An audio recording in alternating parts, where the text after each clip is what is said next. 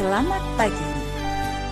Kembali bersama saya, Evangelis Inneke Wahyudi, dalam acara Renungan 5 Menit bersama Bapak Gembala Muda Ade Sugeng Wiguno.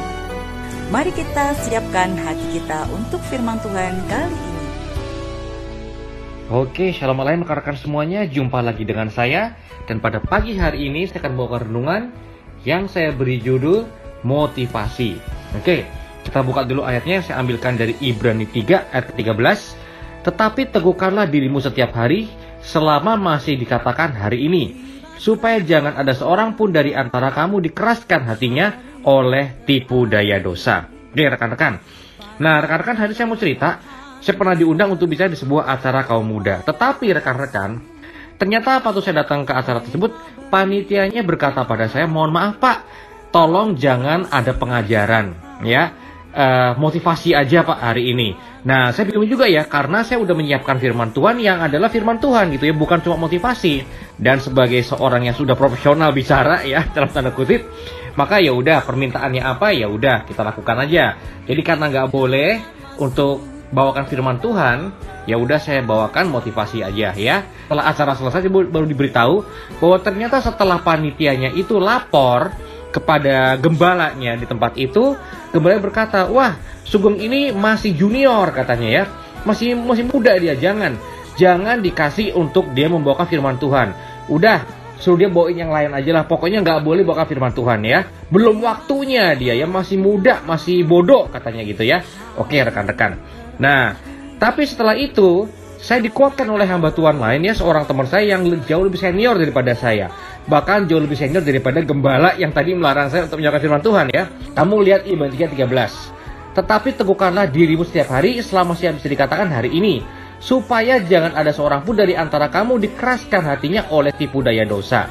Dalam bahasanya boleh juga dikatakan, salinglah memotivasi selama masih ada hari ini. Karena ada orang-orang yang motivasinya udah hancur, semangatnya udah hancur, dia itu nggak bisa lagi untuk terima firman Tuhan. Karena apa? Karena hatinya dikeraskan oleh karena tipu daya dosa.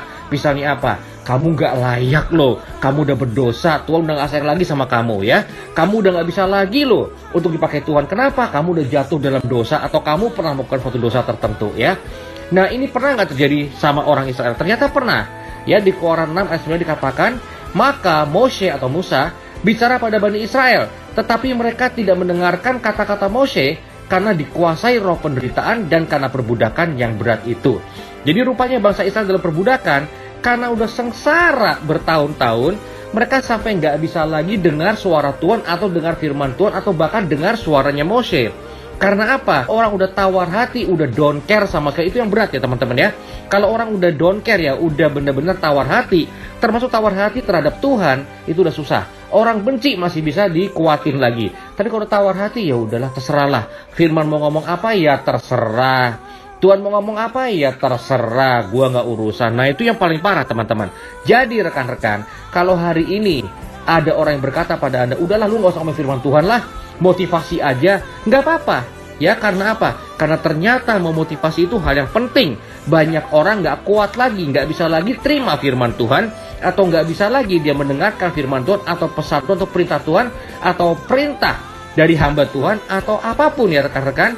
Nggak bisa lagi connect dengan hal rohani. Karena apa? Karena udah terlalu discourage ya, udah terlalu lemah dia, udah terlalu nggak termotivasi lagi. Jadi rekan-rekan, kalau hari ini ada yang berkata pada Anda, sama kayak hamba Tuhan itu ngomong sama saya, nggak usah ngomong firman deh, lu motivasi aja deh. Seolah-olah motivasi itu hal yang apa? Yang enteng, yang nggak berguna, yang nggak ada artinya. Salah teman-teman. Ternyata kita ini wajib memotivasi satu sama lain, karena orang-orang yang sudah tawar hati, nggak termotivasi lagi, dia nggak bisa mendengarkan kebenaran teman-teman. Sama kayak dialami oleh bangsa Israel pada waktu perbudakan di Mesir. Jadi oleh karena teman-teman, kalau hari ini ada yang nganggap Anda itu remeh ya, nganggap Anda itu enteng, udah lalu motivasi aja lah, gak usah ngomongin firman. Ya kecil hati teman-teman, karena motivasi itu penting rekan-rekan ya. Jadi hari ini pun seperti biasa, tetap saya motivasi kita semuanya, tetap semangat hari ini. Sebagaimanapun kecilnya juga, apa yang kita lakukan atau kita berikan pada orang lain, cuma kata-kata yang memotivasi pun ternyata itu penting. Bahkan motivasilah satu sama lain selama masih bisa dikatakan hari ini ya. Jadi selama masih ada hari ini, tetaplah kita saling memotivasi. Seperti saya juga pada hari ini, saya ingin memotivasi Anda semuanya tetap semangat ya. Biarpun keadaan berat, biarpun keadaan mungkin nggak enak, apalagi ada pandemi seperti ini, mungkin keadaan kita nggak seperti biasanya dulu ya. Nggak apa-apa, Tuhan tetap tidak kecolongan ya.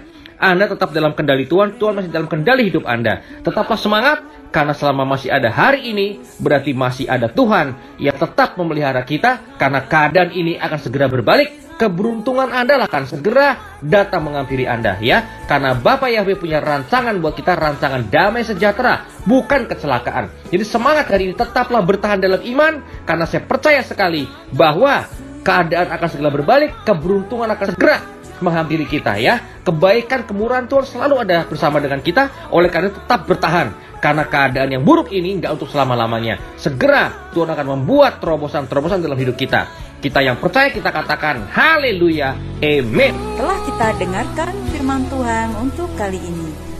Tuhan memberkati.